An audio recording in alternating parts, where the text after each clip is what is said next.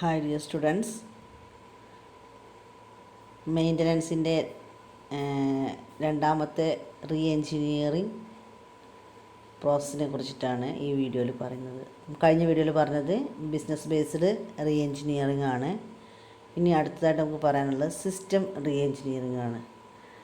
അതായത് സോഫ്റ്റ്വെയർ സിസ്റ്റത്തിനെ എങ്ങനെ re engineering നടത്താം. ഞാൻ എന്താണ് എന്നുള്ളത് കഴിഞ്ഞ വീഡിയോയിൽ പറഞ്ഞിരുന്നു. അതായത് സോഫ്റ്റ്വെയറിൽ അപ്ഡേറ്റ് ചെയ്യുക, ഉള്ള ഫംഗ്ഷനെ നിലനിർത്തി ഫംഗ്ഷനിലൊരു പ്രശ്നങ്ങളൊന്നും വരുത്താതെ അപ്ഡേഷൻ ചെയ്യുന്നതിനെയാണ് സോഫ്റ്റ്വെയർ റീ എൻജിനീയറിംഗ് എന്ന് പറയുന്നത്. സോഫ്റ്റ്വെയർ റീ എൻജിനീയറിങ്ങിൻ്റെ പ്രധാനപ്പെട്ട ഒരു മോഡലാണ് സോഫ്റ്റ്വെയർ റീ എൻജിനീയറിംഗ് മോഡൽ എന്ന് പറയുന്നത്. Software re engineering is the process of updating software without affecting it's functionality. This process may be done by developing additional features on the software and adding functionalities that may or may not be required but considered to make the software experience better and more efficient. അതായത് ഫംഗ്ഷന് പ്രശ്നങ്ങളൊന്നും ഉണ്ടാവില്ല, already ഉള്ള function ഉണ്ടാവും. ആ function എന്തെങ്കിലും പ്രശ്നങ്ങളൊന്നും വരരുത്. എക്സ്ട്രാ നമുക്ക് വേണമെങ്കിൽ ഫംഗ്ഷൻ ആഡ് ചെയ്യാം, എക്സ്ട്രാ ഫീച്ചേഴ്സ് ആഡ് ചെയ്യാം. പുതിയ ഒരു പ്ലാറ്റ്ഫോമിൽ വർക്ക് ചെയ്യാൻ വേണ്ടിയിട്ട് ഇത് നമുക്ക് അപ്ഡേറ്റ് ചെയ്യാം. അങ്ങനെ എല്ലാ ചേഞ്ചുകളും വരുത്താം. പക്ഷേ എന്താണ്, ഓൾറെഡി ഉള്ള ഫംഗ്ഷനിൽ ചേഞ്ച് ഒന്നും വരരുത്. അതിനെയാണ് സോഫ്റ്റ്വെയർ റീ എൻജിനീയറിംഗ് എന്ന് പറയുന്നത്. അതിലുള്ള ഒരു മോഡലാണ് SRP മോഡൽ, SRPM എന്ന് പറയുക, SRP മോഡൽ എന്ന് പറയുക, software re engineering process model. അതിൻ്റെ ഫിഗറാണ് ഈ കാണിച്ചിട്ടുള്ളത്.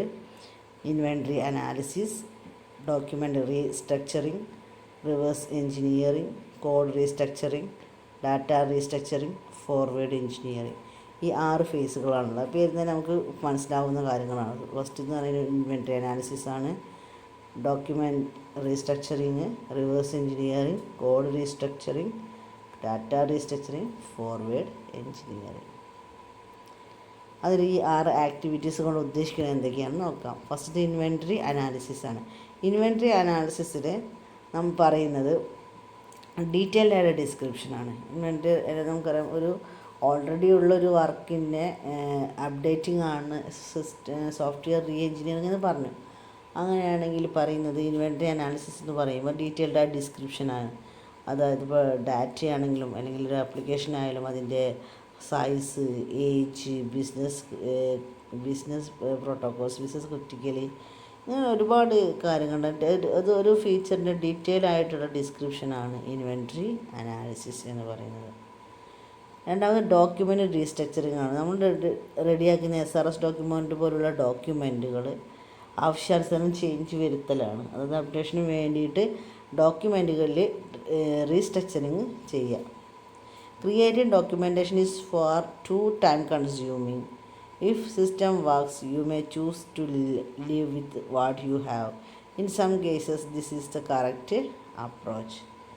Documentation must be updated, but your organization has limited resources. We can use document when touched approach. It may not be necessary to fully redocument an application. ആണ് പറയുന്നത്, ചില document update ചെയ്യുമ്പോൾ അതിൻ്റെ നല്ല ലിമിറ്റഡ് ആയിട്ടുള്ള റിസോഴ്സുകളേ ഉണ്ടാവുകയുള്ളൂ. അപ്പോൾ അതിനനുസരിച്ച് നമ്മളതിൽ വ്യത്യാസങ്ങൾ വരുത്തണം. The system is business critical and must be fully redocumented. Even in this case, an intelligent approach is to pare documentation to essential minimum. അടുത്ത പറയാനുള്ളത് മൂന്നാമതായിട്ട് അതിന് റിവേഴ്സ് എൻജിനീയറിംഗ്. റിവേഴ്സ് എൻജിനീയറിംഗ് എന്നുള്ള കോൺസെപ്റ്റ് ആദ്യമായിട്ട് വരുന്നത് ഹാർഡ്വെയറിൻ്റെ വേൾഡ്. അത് ഹാർഡ്വെയറിൽ നിന്നാണ് റിവേഴ്സ് എൻജിനീയറിംഗ് എന്നുള്ളൊരു പ്രോസസ്സ് വരുന്നത്. ഇപ്പോൾ റിവേഴ്സ് എൻജിനീയറിംഗ് പറഞ്ഞു കഴിഞ്ഞിട്ടുണ്ടെങ്കിൽ ഈ ഒരു പ്രോസസ്സ് ചെയ്യാൻ ഒരു കോമ്പറ്റീറ്റീവ് ഫീൽഡിൽ നിലനിൽക്കാൻ വേണ്ടിയിട്ട് റിവേഴ്സായിട്ട് നടത്തുന്ന പ്രോസസ്സിനാണ് റിവേഴ്സ്. പേര് റിവേഴ്സ് എൻജിനീയറിംഗ്.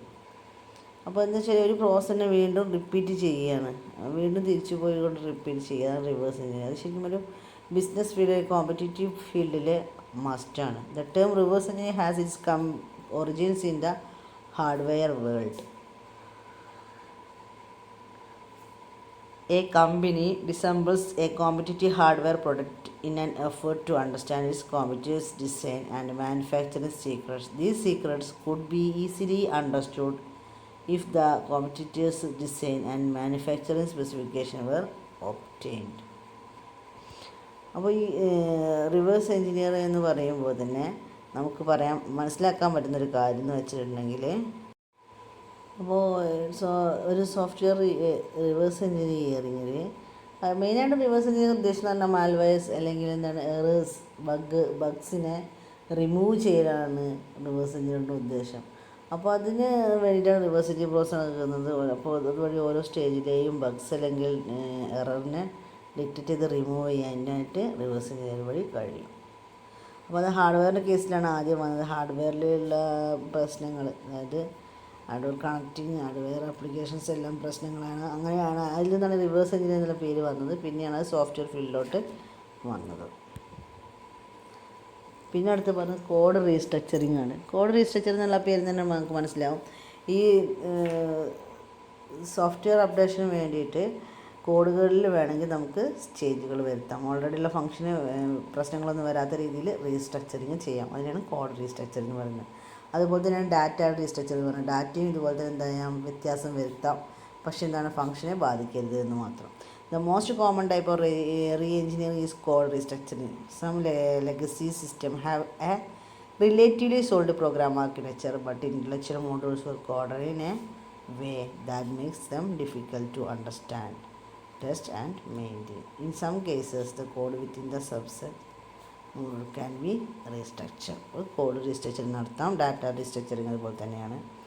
ഡാറ്റയിൽ ചേഞ്ചുകൾ വരുത്താം, അബ്സ്ട്രാക്ഷൻ പോലുള്ള ക്വാളിറ്റികളിലുള്ള വ്യത്യാസം. A program with weak data architecture will be difficult to adapt the enhance. In fact, for many applications information architecture has more to do with a long term viability of a program than the source code itself.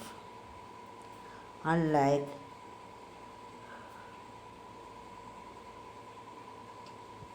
code restructuring, which occurs at a relatively low level of abstraction, data restructuring is a full-scale re-engineering activity.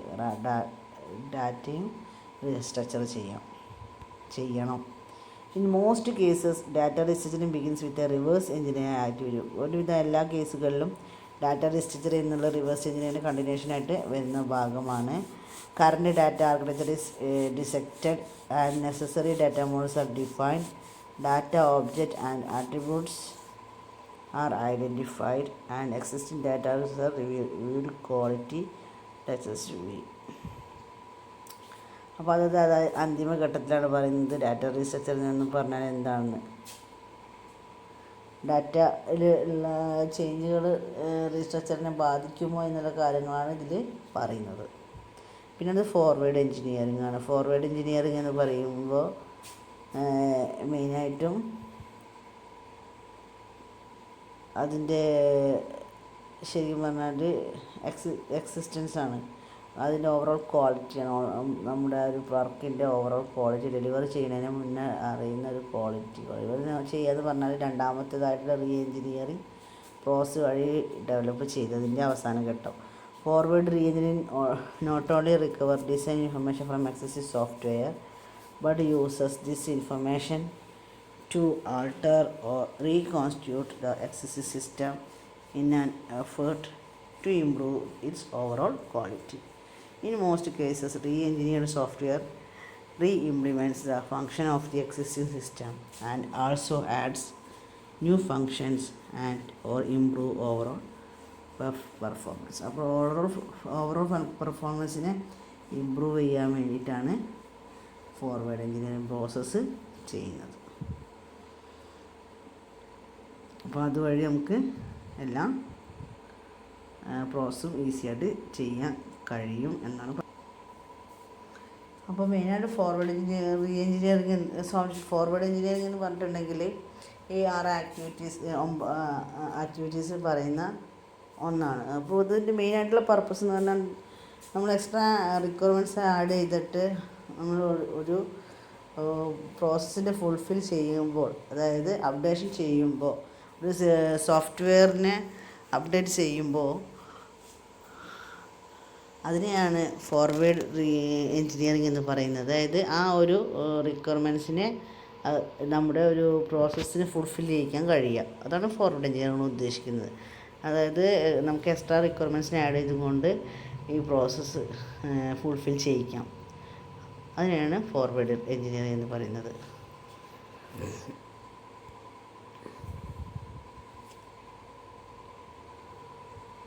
അപ്പോൾ ഇത്രയാണ് മെയിനായിട്ടുള്ളത്.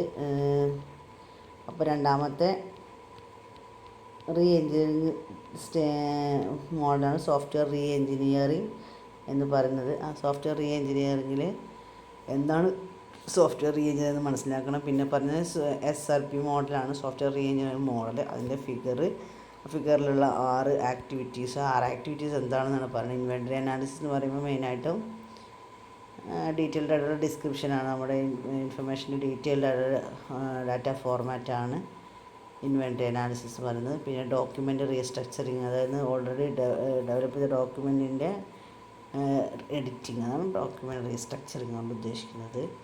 പിന്നെ പറയുന്നത് reverse engineering ആണ്. Reverse engineering എന്ന് പറയുമ്പോൾ hardware process പോലെ തന്നെ റിവേഴ്സ് എൻജിനീയറിംഗ് എന്ന് പറയുമ്പോൾ നമുക്ക് വീണ്ടും പഴയ സ്റ്റേജിലോട്ട് പോയി പുതിയൊരു ഡിസൈൻ വരച്ച് ആവശ്യാനുസരണമുള്ള അപ്ഡേറ്റ് ചെയ്തുകൊണ്ട് തിരിച്ചു വരുന്ന രീതിയാണ് റിവേഴ്സ് എൻജിനീയറിംഗ്. അതായത് മെയിനായിട്ട് റിവേഴ്സ് എൻജിനീയറിംഗ് യൂസ് ചെയ്യുന്നത് മാൽവെയർസ് അല്ലെങ്കിൽ ബഗ്സിനെ ഒഴിവാക്കാനാണ്. അറ്റാക്ക് ചെയ്യുന്ന വസ്തുക്കളെ ഒഴിവാക്കാനാണ് അത് യൂസ് ചെയ്യുന്നത്. പിന്നെ അടുത്ത കോഡ് റീസ്ട്രക്ചറാണ്. കോഡിൻ്റെ രണ്ടാമത്തെ കൺസ്ട്രക്ഷൻ എഡിറ്റിംഗ് ആണ് റീസ്ട്രക്ചറിങ് എന്ന് പറയുന്നത്.